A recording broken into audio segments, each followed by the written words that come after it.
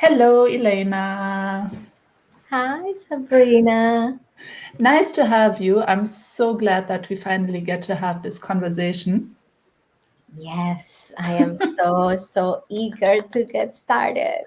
Yes, so let's jump right into it and see where this talk takes us today. And let's start by you introducing yourself to our audience a little. Hi, I'm Elayna Fernandez, and I am a mom. First and foremost, I'm a single mom of four beautiful daughters. They are 19, 18, 8. Oh, no, no, no. She just turned 9. Ooh. And 2.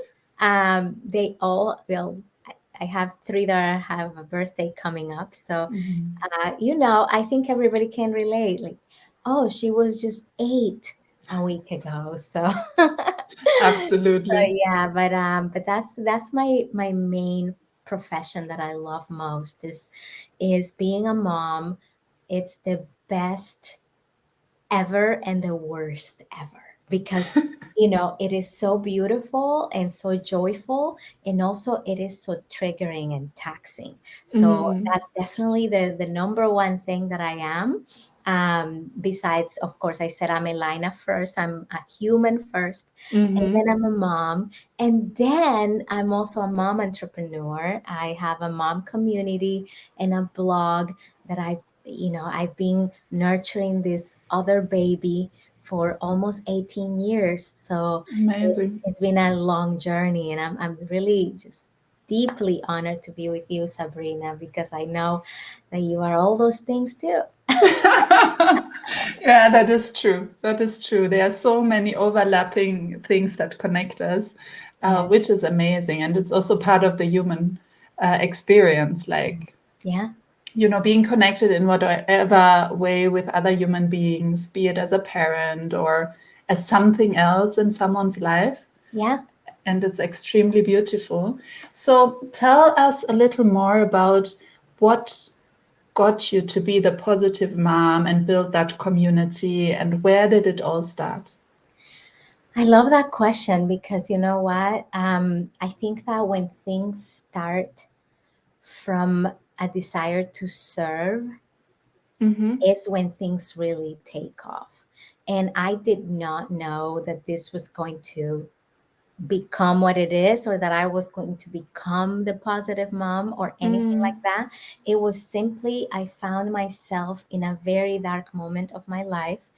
And in this moment, because I was able to turn it around, and I'll tell you a little bit about that. But the main thing is that I was able to turn it around for a moment, right? And the tools that I learned and the pain that I felt really moved me to want to share those tools, and really wanted me to, help me want to embark on a journey to help other moms that maybe have felt or will feel that way. And Mm. I was, on the ground in the fetal position, just about to give up, just feeling hopeless. I had just become a single mom. I found out through a letter, and I knew that I didn't have a place to stay anymore. I didn't have a car. I didn't know how to drive. I didn't have any money. I had a 1 and a 2 year old, and I just feeling overwhelmed, like I don't even know how to be a mom yet. Mm. I'm starting this. How can I be a single mom? Mm. And also, I'm from the Dominican Republic, so this happened in the United States, and I felt so alone, so desolate, so Mm. hopeless, so desperate. And I was just thinking, I cannot do this. This is just impossible. I want to think about, because I'm a very solutions driven person, and I think that you are too. And as moms, I think that comes with the territory, but I couldn't come up with one thing that I could do. I Mm. couldn't come up with one. And that, fed into my fear and my frustration, because it's like, I should be smart to figure this out, but I wasn't. Mm. And Mm. so, now that I think about it, that just came up for me right now, is that smart was my thing. Mm. As a young girl, I was pretty much worthless to everyone else, except for the fact that I was the smart one. Mm. You know, every label that you can think about was put on me. And the only thing that I had to offer, according to them, of course, I wasn't Mm. worthless. Of course, I had so much more to offer. Of course, all of us are worthy. All of us have a lot to offer, but you know, the perception and the label and what I received was, you're the smart one. So now I'm getting chills because in that moment, I just felt stupid. Mm. I just felt like I couldn't figure it out. And also I felt very, very foolish because I had believed all of these things and I had Mm. fallen into this trap with this relationship slash marriage that I was in, you know. And then now I was alone and I had moved overseas and I had been left desolate. And so it was a very demoralizing moment. And I think, you know, even if you haven't been in that exact moment, you've been in a similar moment. Mm. The fear, the frustration, the inner critical voice is so loud that you can't see a way out. And you feel alone and you feel disconnected and you feel powerless. Mm. And yet, in that moment, I received a vision. And Mm. it was this really sweet memory. Well, there were two things. One Mhm. was the movie Life is Beautiful. I don't know if you know that movie, Roberto Benigni, Oscar, you know, winner, Yes. Yes. Academy Award winner. Um, I know Italian, so I watched it in Italian, and it was the so beautiful movie, so moving, so touching, and so horrible at the same Mm-hmm. Yeah. time. And that has a significance. But what came up for me is his child in the movie. I'm gonna ruin it for everybody. Just fire away. Just go It's for it. for our podcast. It's important. Just share. Yeah. So the father is going through the worst things you can ever think of, Mm. and the son never finds out. The Yeah. son is having a magical childhood. Mm-hmm. And so I was like, I can do that. I can do that. So that was the first part. And then Mm-hmm. it's like, but what am I going to do? How do I start? What step do I take? So what came, the inspiration is, you know, I read the Bible, but even if you don't read the Bible, you're going to understand this. There was a verse in the Bible that said, you know, blessed are the meek, blessed are those who are gentle. And it was like, blessed, blessed, blessed those who are, blessed those who Mm. are, blessed those who are. And I was like, I can write a to be list. I don't have to write a to do list. I can write a to be list because I'm going to be blessed because of who I am, not because Mm. of what I do. And so I wrote a list. I got up that floor quickly and powerfully. And uh, I started to write down, be positive, Mm-hmm. gentle, be faithful, be resilient. And, you know, and it was just be. There was so much I could be. Mm-hmm. And so ever since that day, I've been writing a to be list to Which is guide my beautiful. day, to guide Yeah. my day, because you know what, it doesn't matter what we do. We are not human doings, we are human beings. And so because be positive was the first thing I wrote, that became my brand. And I was like, you know what, I was about to take my own life. I was, you know, Mm. those are the only things I could come up with, Mm. ideas on how to end my life. And now I'm energized and I'm on purpose and I want to do all of these things. And it was with one shift. And I didn't feel alone anymore. As As a matter of fact, I looked at my daughters. They were on the bed. We Yeah. were in a very tiny place that we were, about to be get evicted from. And I looked at them and I was like, I got the best part. Mm, I'm not alone. Like he took everything with him, this man, but I got the best part. And I mm, was feeling this gratitude.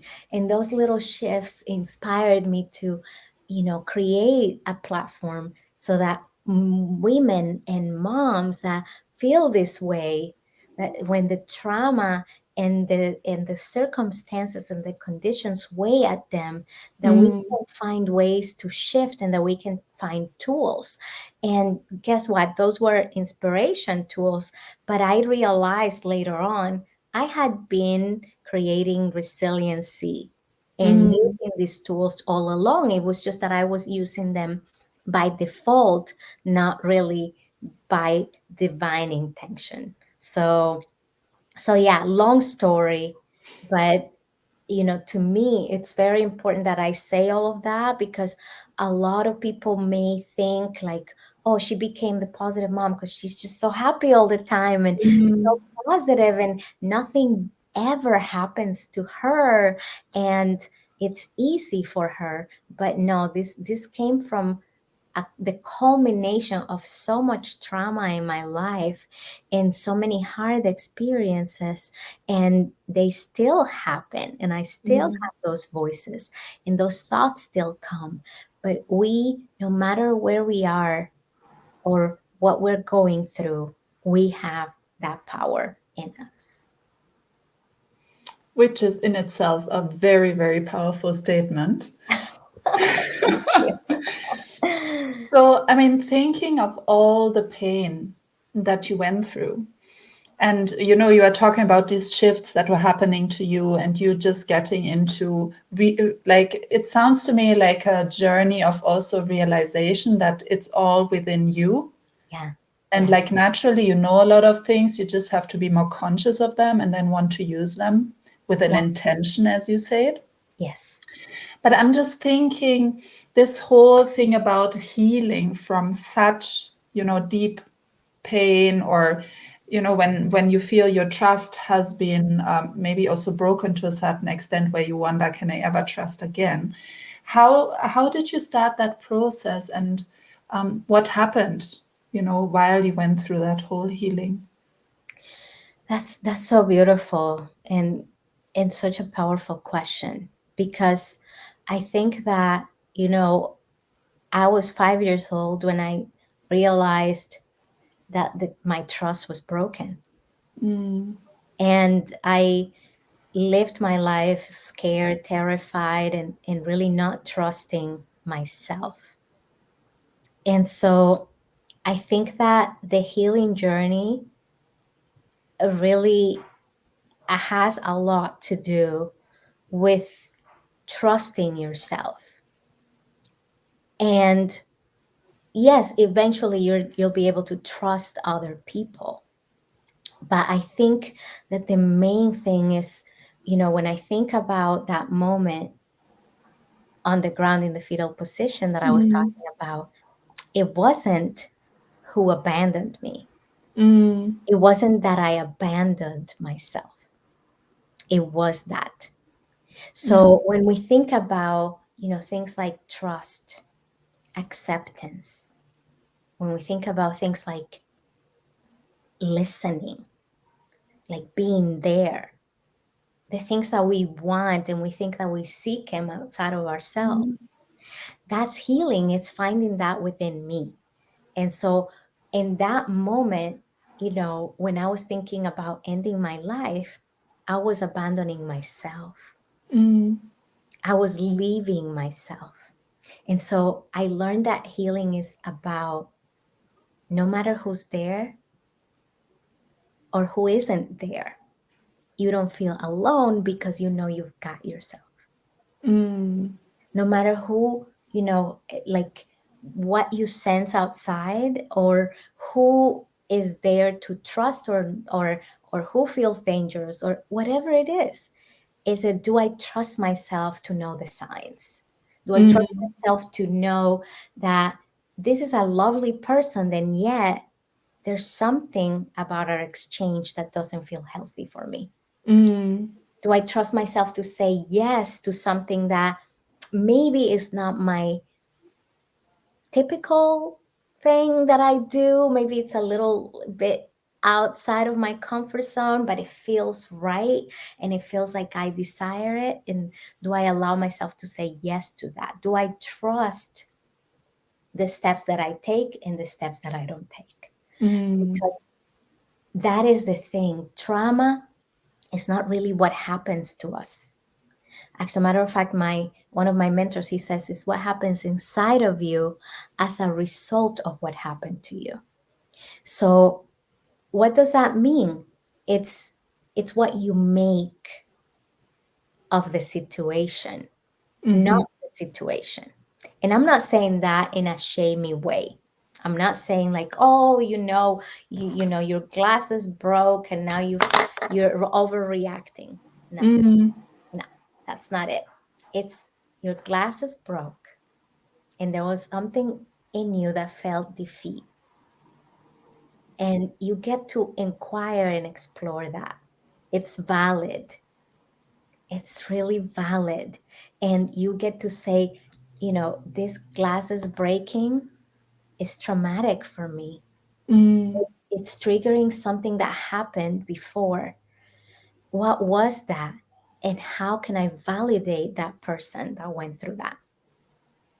Rather than shaming, rather than measuring. You know, Sabrina, you know I've been through a lot. mm, And people say like, oh my gosh, I've never been through anything like that. Elayna, you're so strong. Elayna, I could never. And I say, honey, your problems and your trauma is not smaller or bigger or more important or less important or more valid or less valid. mm, It's just trauma. It's just pain. It's mm, just a problem.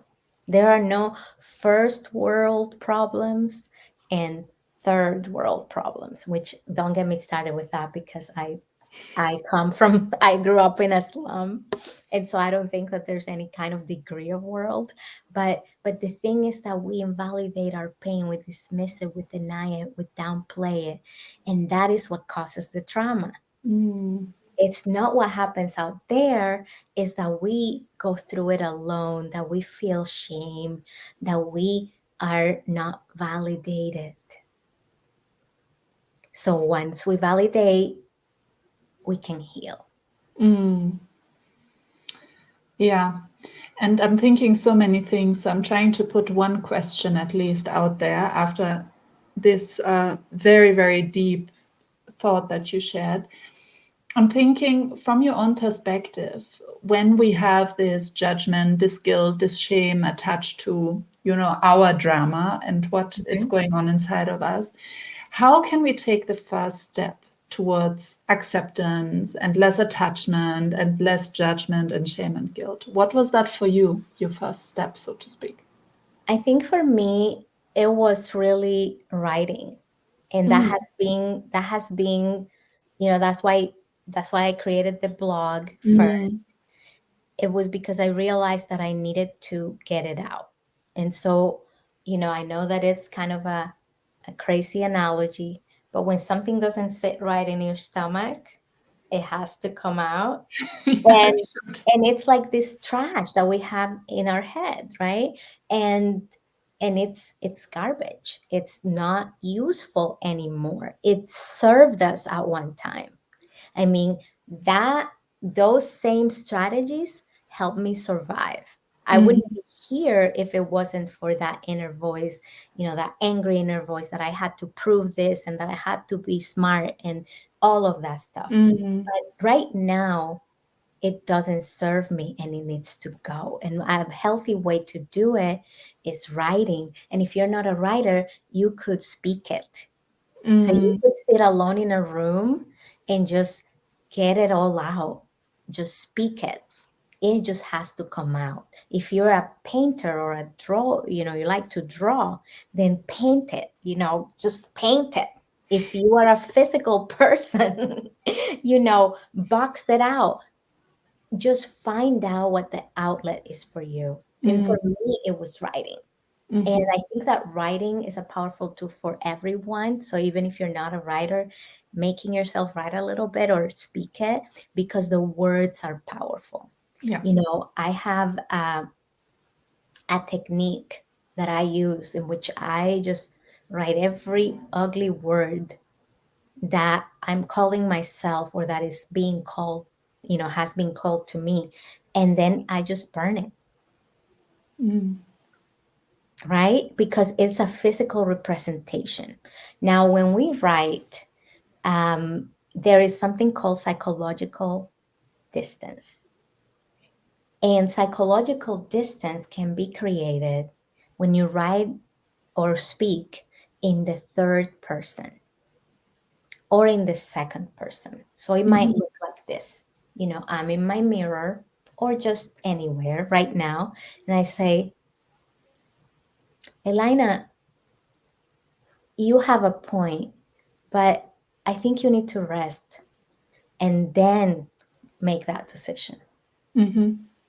Okay? So take a deep breath, Elayna. So I call my name, my own name, Mm. and then rest for a while, like just sleep on it.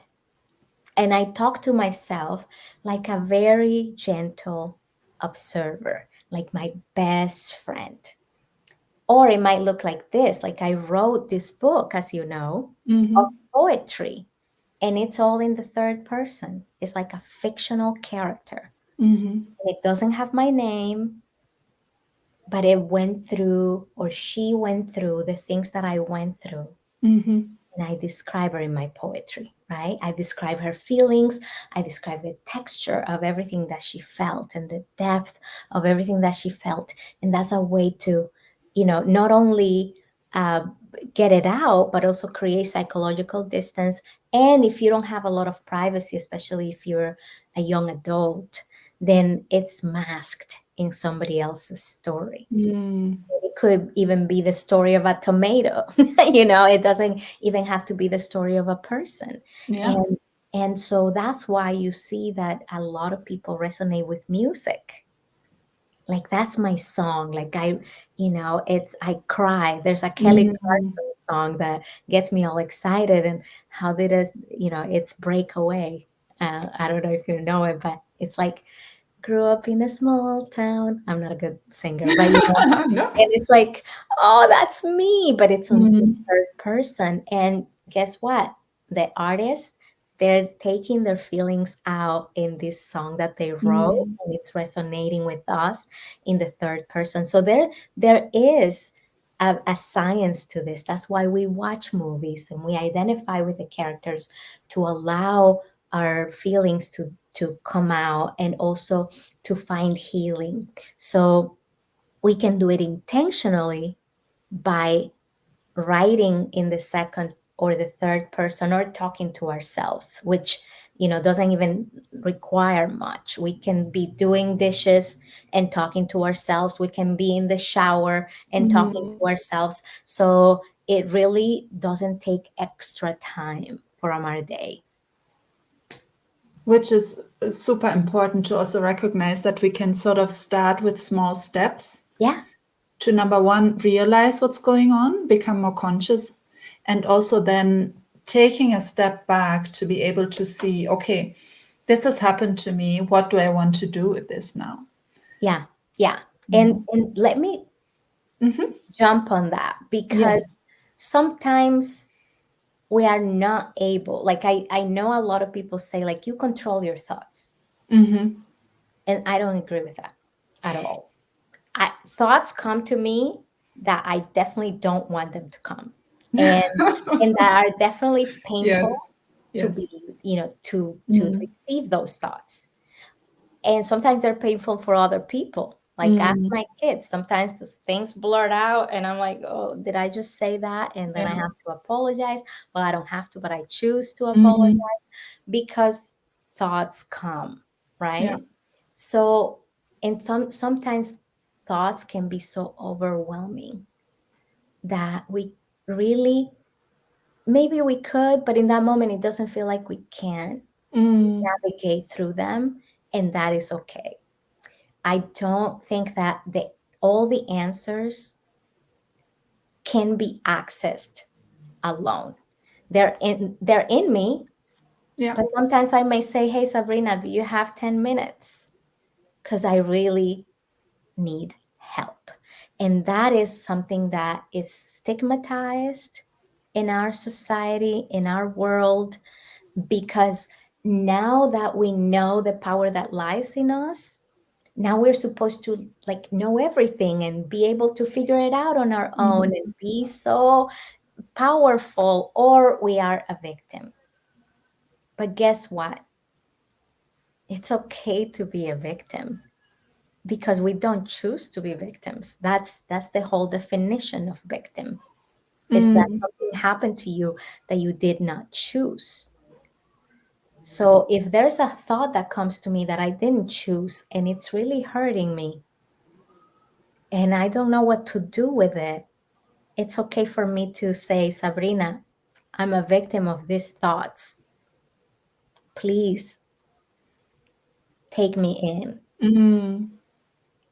And for me to allow you to embrace me, and for you to allow yourself to not say, oh, be strong, it'll pass, it's okay, but to say, that's hard, Elayna. I'm here for you. Mm. I love you. You matter. That's what we do with pain. Sometimes we need that extra person or people. And as moms, there's a lot of shame in that. Mm. You're supposed to just have like be this super mom, and we are not super moms, we're human moms.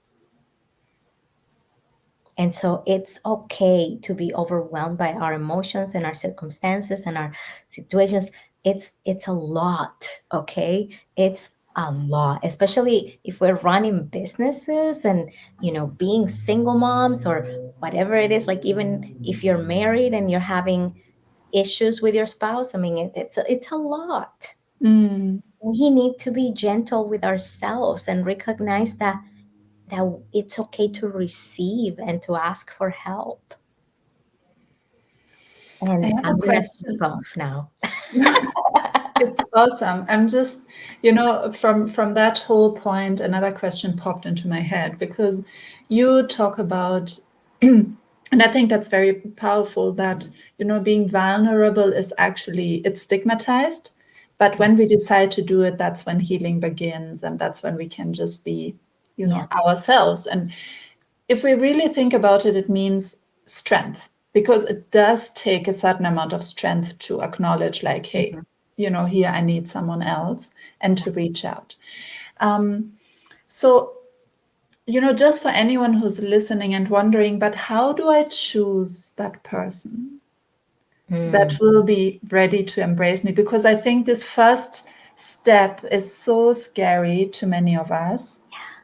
How would you choose that person, or how do you choose your person? oh, I got chills, Sabrina, because for I have actually reached out to suicide hotlines before, Mm. because in those moments I didn't have a safe person. I didn't feel Yeah. like I had a safe person. Mm. And I realized that I probably had a safe person. Later on, I realized, but that they wouldn't know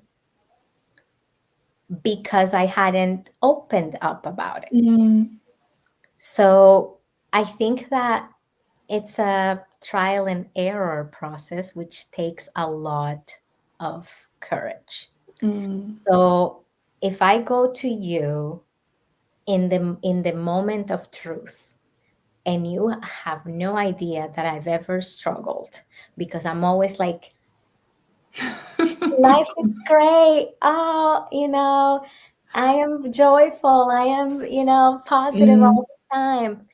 Then how can you ever prepare for that yes. phone call at 2 o'clock in the morning? Mm-hmm. So it happens with an intentional, again, we're talking about intention a lot, in a conscious decision to, when I'm okay, when I'm not triggered, when we're having a conversation and we're just having a cup of tea, friend to friend, I say, Sabrina, you know what? There's something I need to tell you. Mm, Just sober, right? Because again, it's not about the other person, it's about me. mm, And so I say, Sabrina, you know what? There are some moments in which I really struggle. I have this voice in my head that came from my caregiver in childhood that says, why are you even alive? mm, You're not worthy to be alive. You're ugly. You're worthless. You will never do anything right. Why do you even try?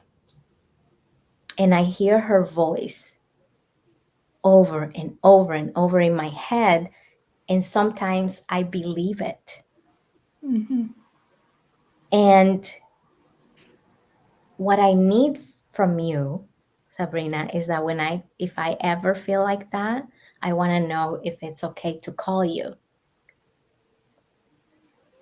And what I need in that moment is not for you to say, oh, that's not a big deal. It's not to say it will be okay. What I need from you is just to say you're there to listen, to tell me that yes, it is hard, to tell me that you love me, and to just sit with me and with my pain. Are you willing to do that? Because I need to decide what is that going to look like for me. Mm, And I will tell you, I've done this a couple of times. mm-hmm. The first time, it was hard.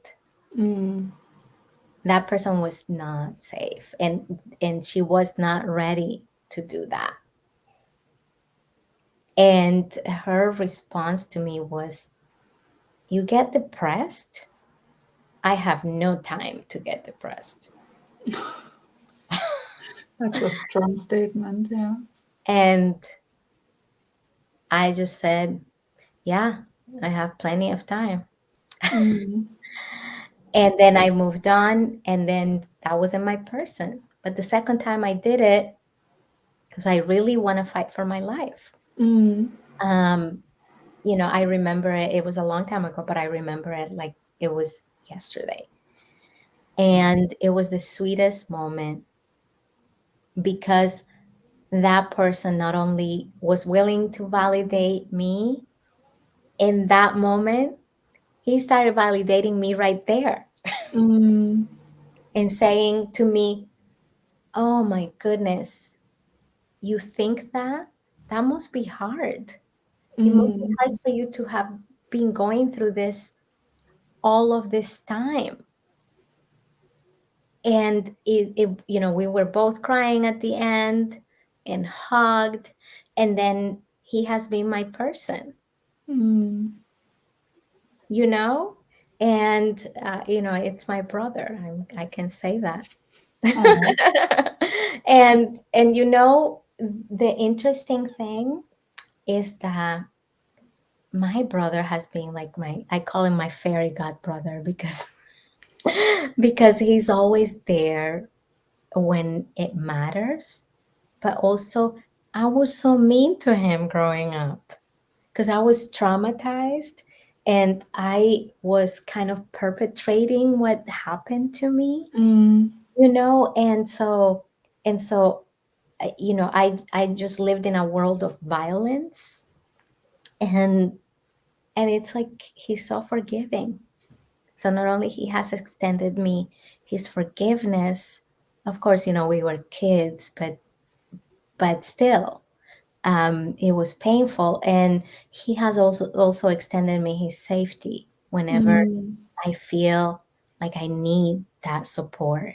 And so that's when it happens. And maybe you don't want to be, go full Elayna and say all of the things, but you can start saying little hard things. Mm-hmm. Like choose one hard thing that is comfortable for you to share and try it out and see, like, if I'm going through a hard day that looks like this and that, would you be willing to?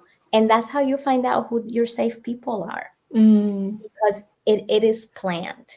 So that we can do. We can be proactive about our own healing and about our own safety. And that is just going to change the game.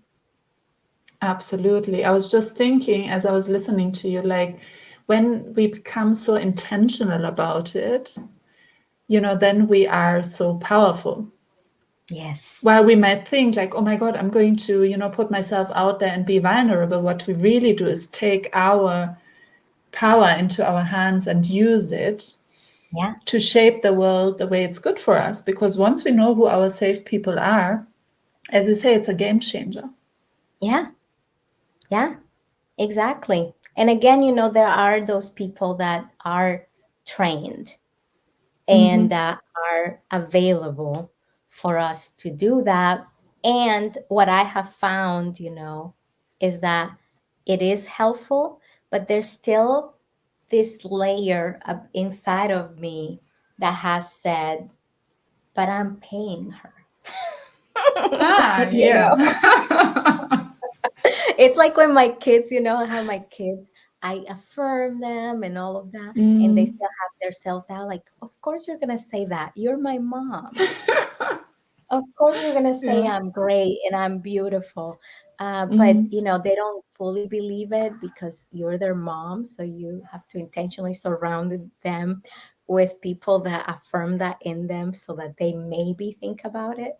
But yeah, it's like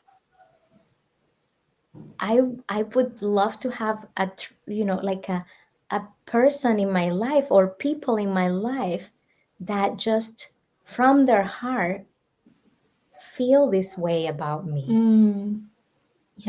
So I don't know if that has come up for any of our listeners today, but it has been real for me. Like I have been in the therapy room or wherever and being like, yeah, it's nice, and I had to drive here and pay a fee, and you know it's Mm.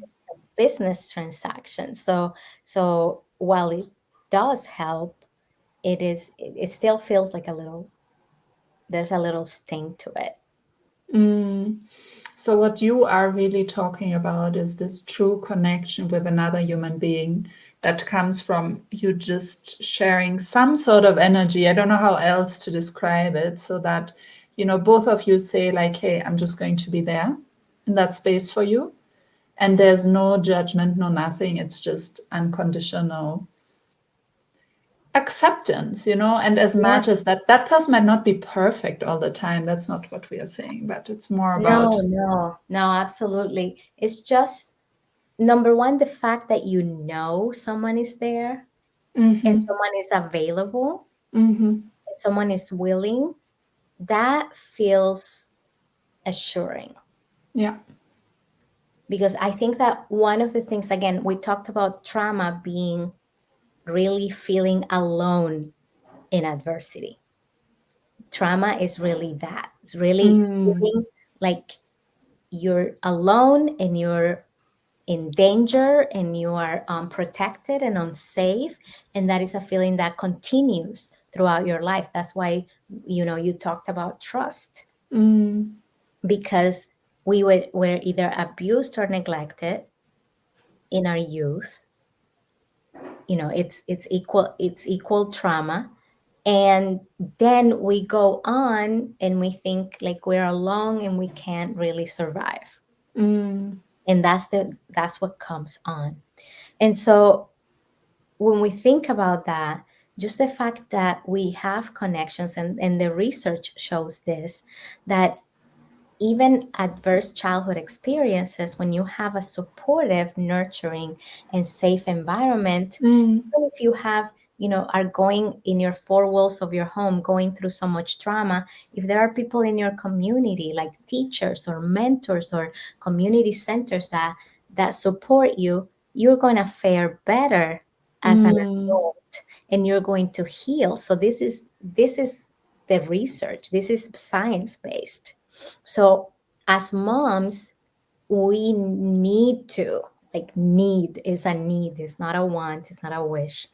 We need to have also that supportive and safe and nurturing environment.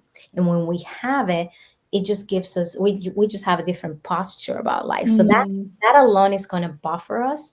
But in the moment where we feel maybe we weren't taking care of ourselves and something, or it was something so huge that happened, then having that person and going to them is going to definitely validate what we're thinking. And that is what it is. It's validation. It's the fact that somebody else recognizes that what you're going through is hard.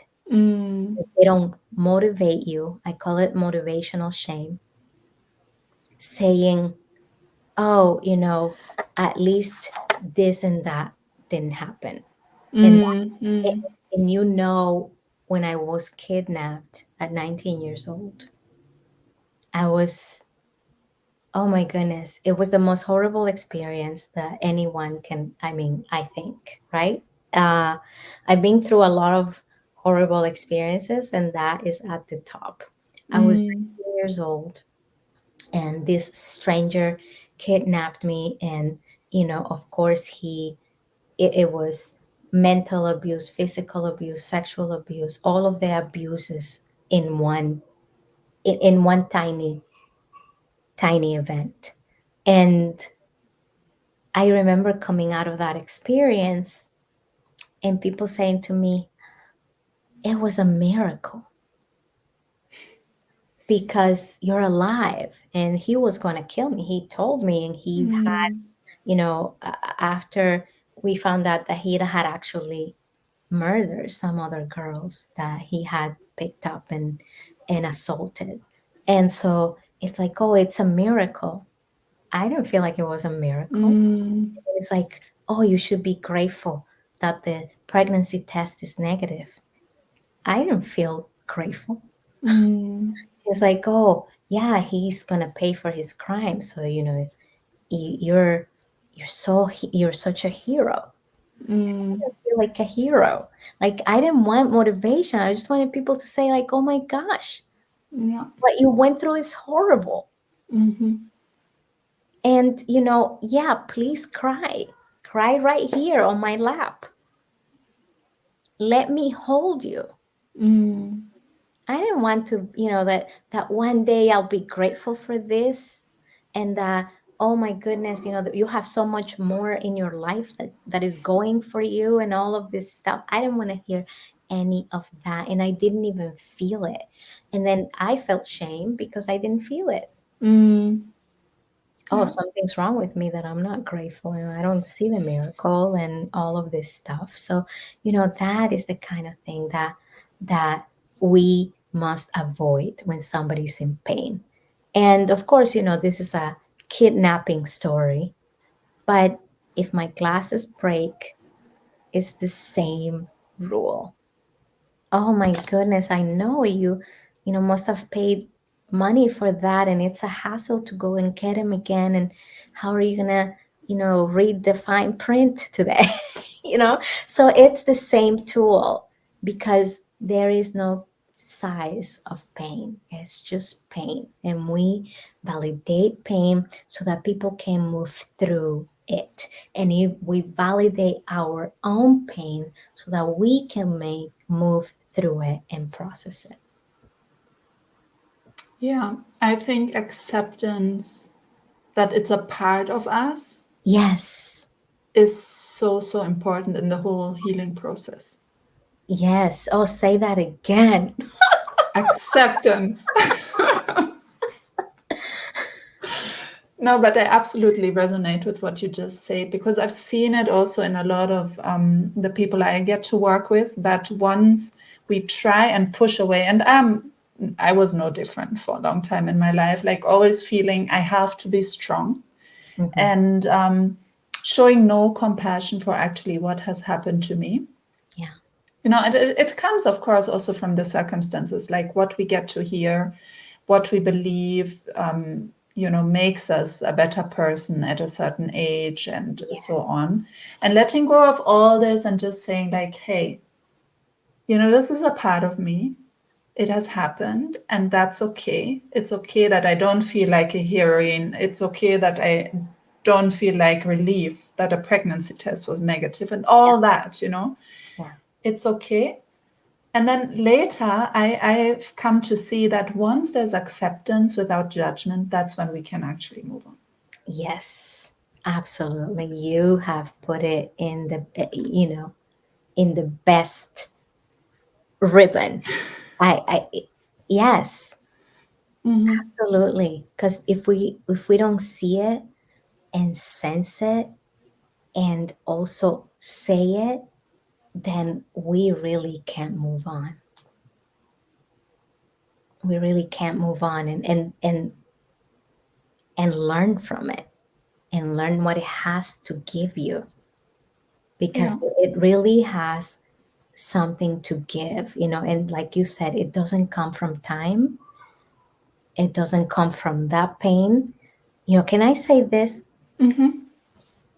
What happened in the pain itself is not what makes us stronger and wiser and better. I am now going to thank this kidnapper or the kid. Mm, That didn't make me stronger and it didn't work out for me. It was horrible. But mm, you know what? I made me stronger when I decided to heal from it. I made me better. I made me wiser because I decided to go through the pain of confronting it, of mm, accepting it, of moving through it. I, right? My 19-year-old self, I can talk to her in the third person or the second person and say, "Thank you. You are so strong. You mm, are so courageous. You are relentless, girl." And so instead of saying like, "Oh, I'm so grateful I went through cancer," which I did, mm, no, I'm so grateful I was willing to learn as moving through cancer. Just go to that person that you were, however age you were, and tell her thank you. mm. And stop thanking the event and the circumstance and the condition and the people who perpetrated. Stop thanking your abusers. Yeah, and I mean, there's a, you know, a very strong basis for what you just said. And many healing practices, this is actually one of the most powerful parts, that we say, like, hey, you know, recognize what you as the child or the teenager or whatever age you were actually managed to do, like to go through this, you know, to survive, to however you want to call it, but to just be there and still be there today, Yeah, and to recognize that and embrace that other version of ourselves. It's part yeah. of those healing practices, and it's super powerful. Yes. We are so powerful when we allow ourselves to be. Yeah. Yeah. Yeah, we can be. And yeah, it's a dance, right? It is a dance. Yeah, I love comparing it to a dance, and you know, to this back and forth and movements. Yeah. um, I was just thinking, I mean, you know, today our conversation has really taken us deep into how can we move through things, and, you know, how can we heal, and how can we be intentional also in this process.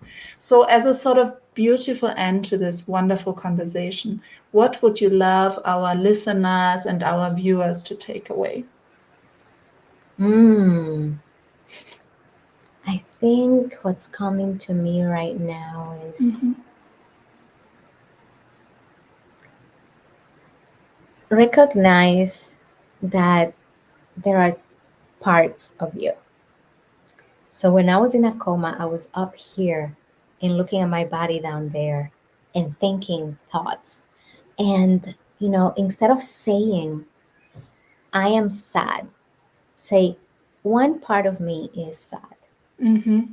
And recognize all the parts. Like right now, one part of us could be chaotic, and one part of us could be peaceful, and another part could be joyful. Like there are so many parts.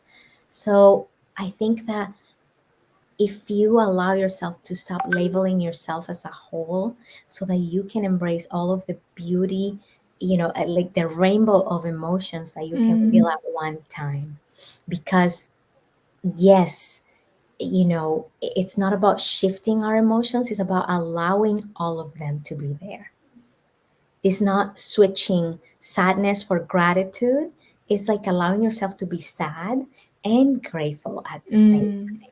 So knowing that there are parts of you that are willing to be felt and that are actually asking to be felt so that you can feel joy and sadness and everything in between and still be okay with. Mm. Nice. I love that. Thank you so much, Elayna, for this wonderful conversation. I had a lot of fun. Thank you. Thank you for having me and for everything that you do for your community. You are so amazing and I love you. You are too, and I love you too. So speak very, very soon. Bye. Bye.